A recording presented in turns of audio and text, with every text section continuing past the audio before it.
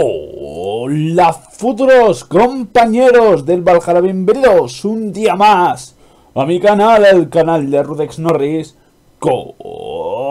sí señor, con los mitos de Cthulhu volumen 2. Y estamos en una nueva historia llamada El modelo de Pigman, donde no sé qué habrá, pero está escrito solamente por Lovecraft. O sea que, espera que me aparte un poco el micro, porque si llego al volumen máximo hace popes. Así que vamos a empezar sin más dilación, ¿de acuerdo? Por cierto, no voy a leer toda la historia hoy por el mero hecho de que es larguísima y me llegaría a la hora, y no me apetece llegar a la hora, tengo más cosas que hacer. Así que ya veremos, ¿vale? Empezamos, el modelo de Pigman de H.P. Lovecraft. No tienes por qué pensar que estoy loco, Elliot. Muchos otros tienen manías raras. ¿Por qué no te burlas del abuelo de Oliver, que jamás monta en un automóvil? Si a mí no me gusta ese maldito metro, es asunto mío. Y además, hemos llegado más deprisa en taxi. Si hubiéramos venido en tranvía, habríamos tenido que subir a pie la colina desde Park Street. Sé perfectamente que estoy más nervioso que cuando nos vimos el año pasado, pero no por ello debes pensar que lo que necesito es una clínica. Bien sabe Dios que no me hacen falta motivos para estar internado, pero afortunadamente creo que estoy en mi sano juicio. ¿Por qué ese tercer grado?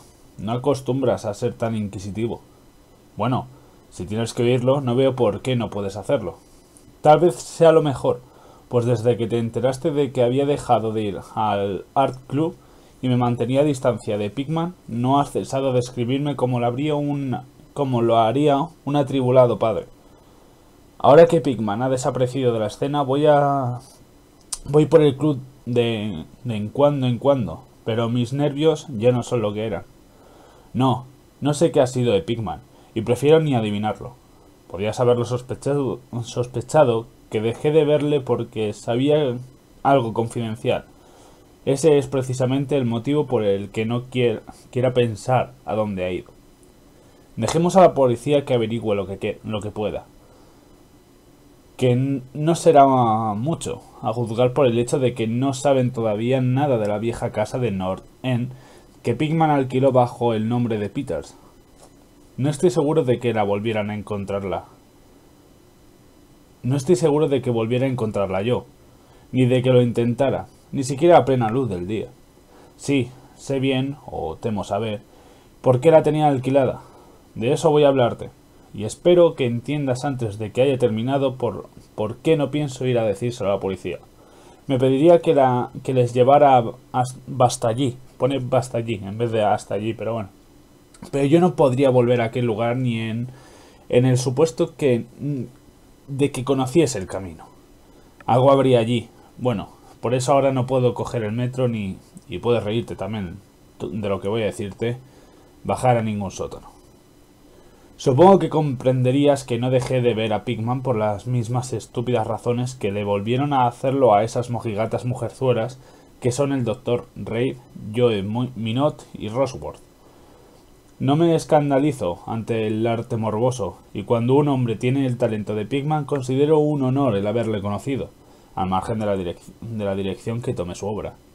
Jamás tuvo Boston un pintor con las dotes de Richard Upton Pigman. Lo dije hace mucho y sigo manteniéndolo, y ni siquiera me retracté un ápice de lo dicho cuando expuso su demonio necrófago alimentándose. A raíz de aquello, como recordarás, Minot dejó de tratarle. Tú sabes bien que producir obras como las de Pigman requiere un arte profundo y una especie de intuición de la naturaleza.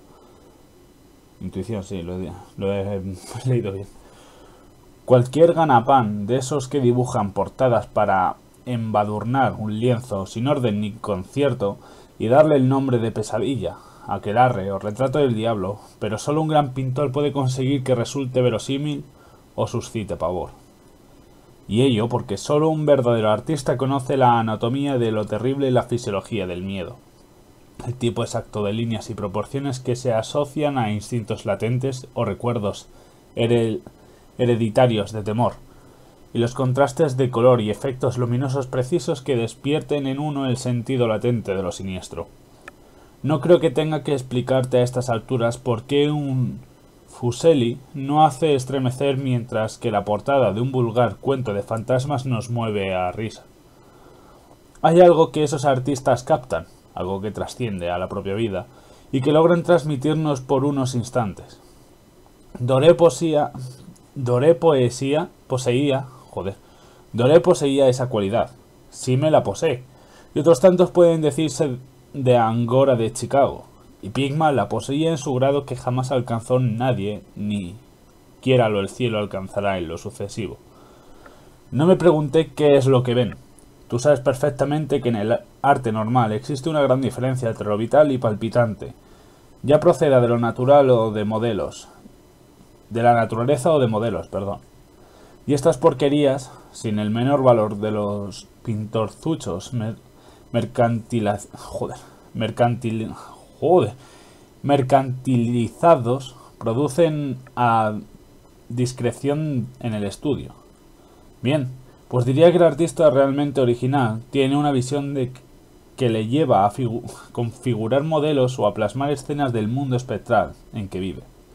De cualquier modo, consigue unos resultados que difieren tanto de los almibarados sueños del que quieren dárselas de pintor, como la producción del pintor de la naturaleza, de los pastiches del dibujante que ha seguido cursos por correspondencia.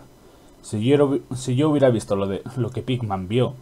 Pero basta, será mejor que echemos un trago antes de seguir adelante. Dios mío, yo no estaría vivo si hubiera visto lo que aquel hombre, si es que hombre era. Recordarás que el fuerte de Pigman era la expresión de la cara. No creo que desde Goya nadie haya puesto tal carga de intensidad diabólica a una serie de rasgos o en una expresión. Y, con anterioridad a Goya, habría que retrotraerse a aquellos artífices del medievo que esculpieron las gárgolas y quimeras de Notre Dame y de Mont Saint-Michel. Ellos creían en toda clase de cosas, y posiblemente veían también toda clase de cosas, pues la Edad Media pasó por varias fases muy curiosas. Recuerdo que el año antes de irte le preguntaste a Pigman en cierta ocasión de dónde diablos le venían semejantes ideas y visiones.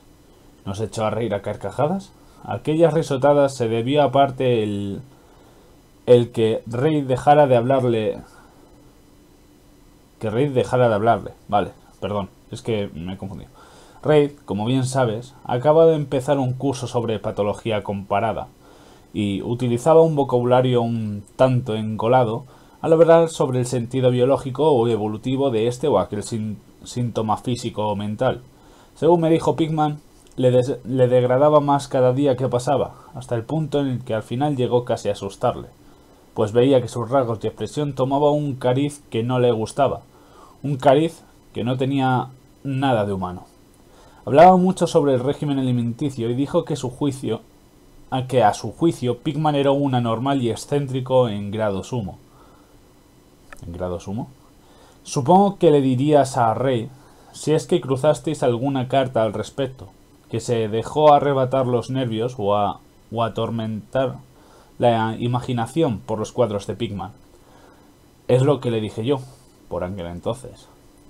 Pero convéncete de que no dejé de ver a Pigman por nada de eso. Al contrario, mi admiración por él siguió creciendo, pues su demonio necrófago alimentándose me parecía una auténtica obra maestra. Como sabes, el club no quiso exponerlo y el Museo de Bellas Artes no lo aceptó como donación. Por mi parte, puedo añadir que nadie quiso comprarlo, así que Pigman lo guardó en su casa hasta el día en el que se marchó. Ahora está en poder de su padre, en Salem. Como debes saber, Pigman procede de una antigua familia de esa ciudad, y uno de sus antepasados murió en la horca en 1692, convicto de brujería. Adquirí la costumbre de visitar a Pigman con cierta asiduidad, sobre todo desde que me puse a recoger material para una monografía sobre el arte fantasmagórico. Probablemente fuese su obra la que me metió la idea en la cabeza. En cualquier caso, hallé en él una auténtica mina de datos y sugerencias al ponerme a redactarla. Me enseñó todos los cuadros y dibujos que tenía, incluso unos bocetos a lápiz y pluma que habría provocado, estoy absolutamente convencido, su expulsión del club si lo hubiera visto ciertos socios. Al poco tiempo ya era casi un fanático de su arte, y pasaba horas enteras escuchando cual un escolar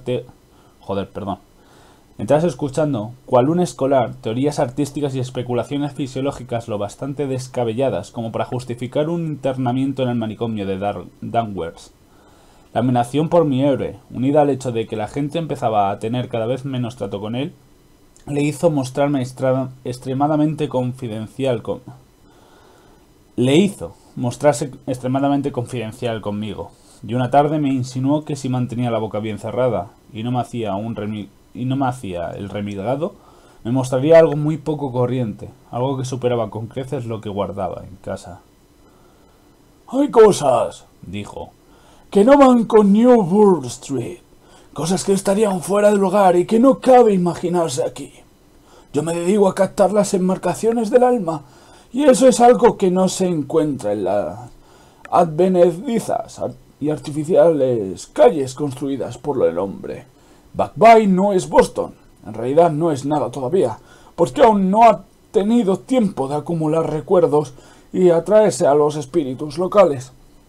En caso de haber fantasmas aquí, sería todo lo más los fantasmas domesticados de cualquier marisma pantanosa o gruta poco profunda. Y lo que yo necesito son fantasmas humanos, los fantasmas de seres lo bastante refinados como para asomarse al infierno y comprender el significado de lo visto allí. El lugar indicado para vivir un artista es North End. Si los estetas fueran sinceros, soportarían los suburbios, por eso de que allí se acumulan las tradiciones. Pero por Dios, ¿no comprendes que esos lugares no han sido simplemente construidos, sino que han ido creciendo? Allí, generación tras generación, la gente ha vivido, sentido y muerto, y en tiempos en los que no se temía ni vivir, ni sentir, ni morir.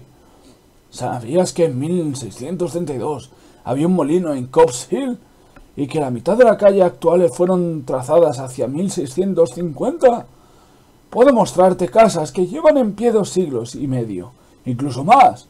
Casas que han presenciado lo que bastaría para haber reducido a escombros una casa moderna. ¿Qué sabe el hombre de hoy en día de las fuerzas que se ocultan tras ellas? Para ti los embrujos de Salem no pasan de una ilusión, pero me encantaría que mis requetetarabuela pudiera contarte ciertas historias. La arcaron en Gallows Hill, bajo la mirada santurrona de Cato Matthew. Mather, maldito sea su nombre, temía que alguien consiguiera escapar de esta detestable jaula de monotonía. Ojalá alguien le hubiera hechizado o sorbido la sangre durante la noche.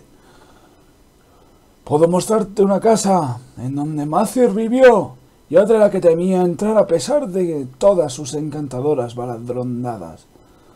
Sabía cosas que no se atrevía a decir en aquel estúpido Magnalia, el no menos pueril Maravillas del Mundo Invisible. ¿Sabías que hubo un tiempo en el que todo en North End estaba agujereado por túneles a través de los cuales las casas de ciertas personas se comunicaban entre sí y con el camposanto y con el mar? Mucho procesar y mucho perseguir a cielo descubierto, pero cada día sucedieran cosas que no podían entender, y de noche se oían risas que no sabían de dónde provenían. El 8 de cada 10 casas construidas antes de 1700 y sin tocar desde entonces podría mostrarte algo extraño en el sótano. Apenas pasa mes que no se oiga hablar de obreros que descubren galerías y pozos cubiertos de ladrillos que no conducen a parte alguna al derribar este o aquel edificio. Tuve esta ocasión de ver uno cerca de Hedgeman Street, desde el ferrocarril elevado el año pasado. Allí había brujas y los que sus conjuros convocan, piratas y los que ellos trajeron del mar, contrabandistas, corsarios, y puedo asegurarte que en aquellos tiempos la gente sabía cómo vivir y cómo ensanchar los confines de la vida. Este no era, sin duda, el único mundo que le era dado a conocer a un hombre inteligente lleno de arrojo. ¿Qué? Y pensar que hoy, en cambio, los cerebros son tan inocuos que hasta un club de supuestos artistas se estremece y sufre convulsiones si un cuadro hiere los sentimientos de los contertulios de un salón de té de Beacon Street. Lo único que salva al presente es que su estupidez le impide cuestionar con sumo rigor el pasado. ¿Qué dicen en realidad los mapas, documentos y guías acerca de North End? ¡Bah! ¡Tonterías! Así, a primera vista, me comprometo a llevarte a 30 o 40 callejas y redes de callejuelas al norte de Prince Street, de cuya existencia no sospechan ni 10 seres vivos, fuera de los extranjeros que pululan por ellas. ¿Y qué sabes de ellas, esos hombres de facciones mediterráneas? No, Thurber, esos antiguos lugares se encuentran en el mejor de los sueños, rebosan de prodigios, terror y evasiones de lo manido, y no hay alma humana que los comprenda ni sepa sacar partido de ellos. Mejor dicho, no hay más que una. Pues yo no me he puesto a escarbar en el pasado para nada. Escucha, a ti te interesan estas cosas. ¿Y si te dijera que tengo otro estudio allí, donde puedo captar al espíritu nocturno de antiguos horrores y pintar cosas en las que ni se me hubiera ocurrido pensar en Newbury Street? Naturalmente no voy a ir a contárselo a esas condenadas mujerzuelas del club, empezando por Ray. Maldito sea, que va por ahí diciendo cosas tales como que yo soy una especie de monstruo que desciende por el tobogán de la evolución, en sentido contrario. Sí, Thurber, hace mucho que decidí que había que pintar el terror de la vida lo mismo que se pinta su belleza, así que me puse a explorar el lugar donde tenía fundados motivos para saber que en ellos el terror existía. Cogí un local que no creo conozcan más de 3 hombres nórdicos aparte de mí. No está muy lejos del elevado. En cuanto a la distancia se refiere, pero dista siglos por lo que al alma respecta. Lo que me impulsó a cogerlo es el extraño y viejo pozo de ladrillo que hay en el sótano. Ya sabes, uno de esos sótanos de los que te he hablado. El antro, pues no cabe otro calificativo. Casi no se tiene en pie, por lo que nadie se le ocurriría vivir allí. Me avergonzaría decirte lo poco que pago por él. Las ventanas están entabladas, pero lo prefiero así, pues en mi trabajo no necesito la luz del día. Pinto en el sótano, donde la inspiración me viene con más facilidad, pero tengo otras habitaciones amuebladas en la planta baja. El dueño es un siliciano y lo he alquilado bajo el nombre de Peters. Perdón, es que estoy salivando cosa mala. Si te encuentras con ánimos, te llevaré a verlo esta noche. Creo que te gustarán los cuadros, pues, como dije, en ellos he puesto lo mejor de mi expresión artística. El trayecto está allí, no es largo. A veces lo hago a pie, pero no quiero llamar la atención con un taxi en semejante lugar. Podemos tomar el metro en South Station y bajar en Battery Street. Desde allí no hay que andar mucho. Bueno, Elliot, tras semejante aranga, lo único que podía hacer era resistir los deseos de correr en lugar de andar en busca del primer taxi libre que saliera a nuestro encuentro. Después cogimos el elevado en South Station y hacia las 12 ya habíamos bajado las escaleras de Battery Street. Luego nos pusimos a andar a lo largo del viejo muelle de Constitution Wharf. No me fijé en los cruces, por lo que no sabría decirte dónde torcimos, pero puedo asegurarte que no fue en Greenock Lane. Al torcer, subimos por un desierto callejón de lo más antiguo y sucio que haya visto jamás, de tejados desvencijados, con los cristales de las ventanas rotos y arcaicas chimeneas medio derruidas que se destacaban contra la luz de la luna. No creo que hubiera siquiera 3 casas en todo lo que abarcaba la vista que no tuvieran ya levantado en tiempos de Cotton Matthew. Cuando menos, divisaba 2 con un voladizo, y en cierta ocasión me pareció ver una hilera de tejados, con el ya casi olvido estilo holandés, aunque los anticuarios dicen que ya no queda ni uno solo en Boston. Perdona un momento. Joder, si es que esto es larguísimo. Es que es muy largo esta mierda, pero bueno, voy a intentar leerlo todo, ¿vale? Al salir de aquel apenas iluminado callejón, torcimos a la izquierda adentrándonos en otro igualmente silencioso y aún más estrecho sin la menor luz, y en un instante me pareció que doblábamos una curva en ángulo obtuso siguiendo hacia la derecha. Al cabo de un rato, Pickman sacó una linterna y la enfocó hacia la puerta antediluviana de 10 paneles, espeluznantemente roída por la carcoma. Joder. Tras abrirla, mi anfitrión me condujo hasta el vestíbulo vacío en donde, en otro tiempo, debía haber un magnífico artesonado de roble, oscuro, sencillo y desde luego, pero patéticamente evocador de los tiempos de Andros, Philip y la brujería. A continuación me hizo traspasar una puerta que había a la izquierda, encendió una lámpara de petróleo y me dijo que me acomodara, como si me encontrase en mi propia casa. Bueno, Elliot, yo soy uno de esos tipos a los que el hombre de la calle llama con toda justicia duro, pero confieso que lo que vi en las paredes de aquella habitación me hizo pasar un mal rato. Eran los cuadros de Pickman, ya sabes a los que me refiero, aquellos que no podía pintar en Newburyport y ni siquiera le dejaron exponerlos allí. Y tenía toda la razón cuando dijo que se le había ido la mano. Bueno, será mejor que echemos otro trago, no necesito para contar lo que sigue. Sería inútil tratar de describirte aquellos cuadros, pues el más horroroso y diabólico horror, lo más increíble repulsión y endiodez moral, se desprendía de simples pinceladas imposibles de traducir en palabras.